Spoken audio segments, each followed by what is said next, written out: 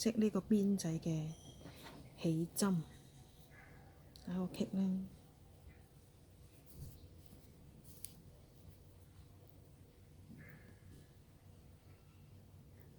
1、2、3，起3針。起3針之後呢，跟住就第一個唔係啦，第二個開始挑一針勾上去，再挑一針勾上去，咁就3針。好啦，3針之後呢，有啲就會用呢個勾針織嘅，咁因為呢，勾針織呢就要脫開個針去再勾嘅，咁但係呢，我會選擇用呢啲短針，2支嘅短針，係啦，2支嘅短針，咁我會過針啦，過咗佢先，過咗佢。過咗佢之後呢，我就會用冷針織啦。記住，嗰條線呢，織嗰條冷呢，永遠係向長嗰邊，就唔好向短嗰邊，向長嗰邊，向左手邊啦，向左手邊，咁樣織呢，先會係圓筒啦。好啦，而家第一針織，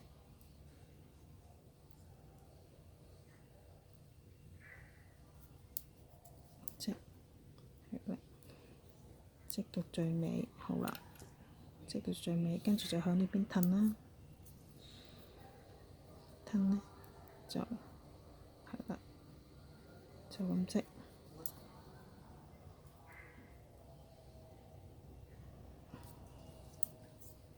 一樣啦，咁樣織，咁樣呢，就會變成一個圓筒㗎啦，會係圓筒織㗎啦。嗱，一路咁樣向後褪啦，織咗之後向後褪，跟住繼續織，織到你需要嘅長度啦，織到你需要嘅長度，咁你就可以收針㗎啦。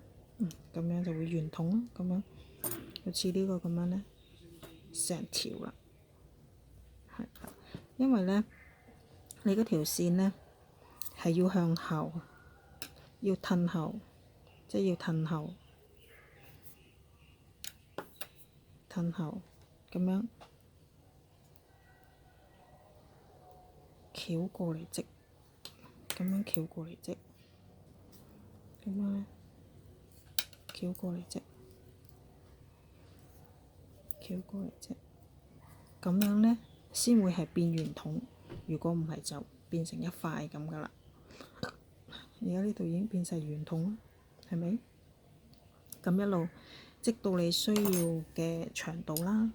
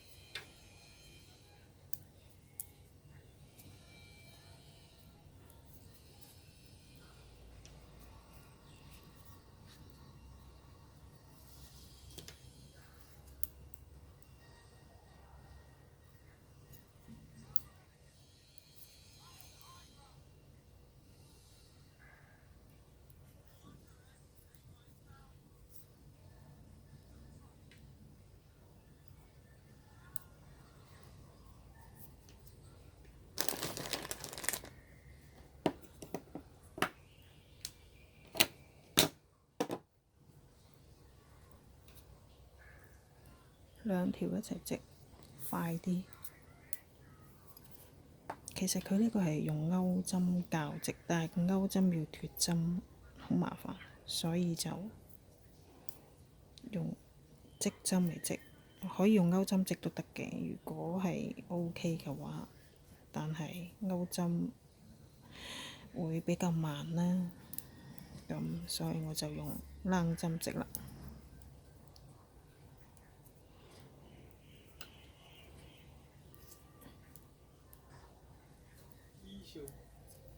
咁織到呢，你需要咩嘅長度呢，就可以收針㗎啦。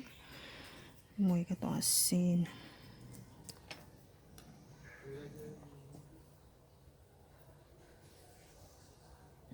仲有少少啦，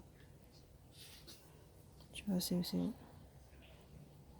但係呢，用織針織呢，就唔可以即係咁樣調翻轉啦，咁樣調翻轉係唔啱嘅，一定要係支針褪向前。永遠呢，呢條線呢，織呢條線呢，就永遠係向後嘅，唔係向前嘅，係向後嘅。咁樣織呢，先會係變成一個咁樣嘅圓筒啦，咁樣好似圓筒咁樣啦，圓揼揼咁啦，織出嚟就。其實如果你用開鈎針嘅話呢，用鈎針都得嘅，要嚟做呢個嘅谷仔嘅頭箍啦，係啦。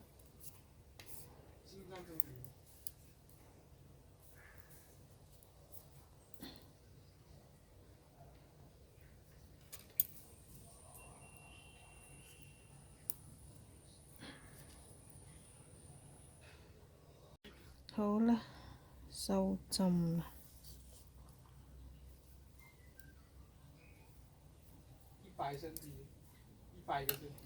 收針咯，哎呦！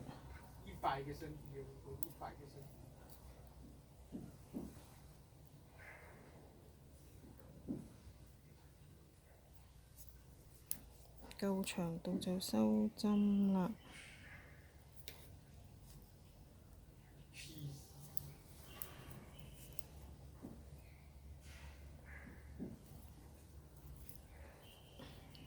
咁樣就收咗針啦，收埋呢個。哎呀，翹咗起，唔緊要，穿返我。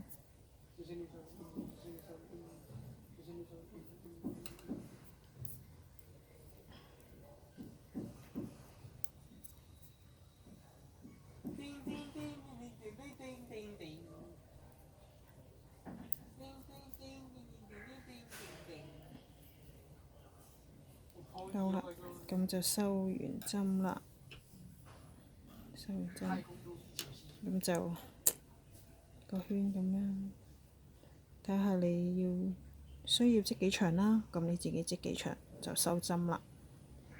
呢條帶呢就完成㗎啦，可以咁樣縫個花落去啦，做公仔嘅頭箍啦，咁樣剛剛好啦。